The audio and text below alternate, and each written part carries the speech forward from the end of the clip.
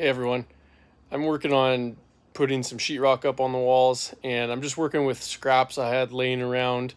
Since it's my own garage, just using stuff from leftover projects on other parts of the home and other areas, and just remembering that it's always important to check for square when you're using materials, just so you don't have a headache. Um, so this piece of green board sheetrock right behind me here, it caused me a little bit of a headache earlier because I slapped a piece, cut a piece, slapped it up on the wall, and then realized it was not exactly square, so I had to trim it down a little bit. Um, but I'm going to show you, this square tool that I have. It's a sheetrock square, and they're super handy.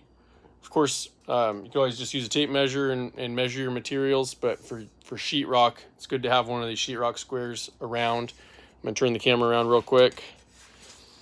So of course you can measure from one end to the other to make sure it's square, but just as a quick visual, and this one's really far off, so probably would have seen that before I measured it anyways, but you could see down here at the bottom, that piece is like 2.5 inches longer or so, 2.5 or 3 inches longer than at the top, or it's wider anyways.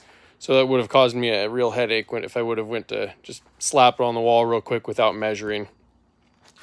Like they say, measure twice, cut once. That's a lesson that can never be learned. I always learn that lesson again, it seems like, whenever I'm working on a new project.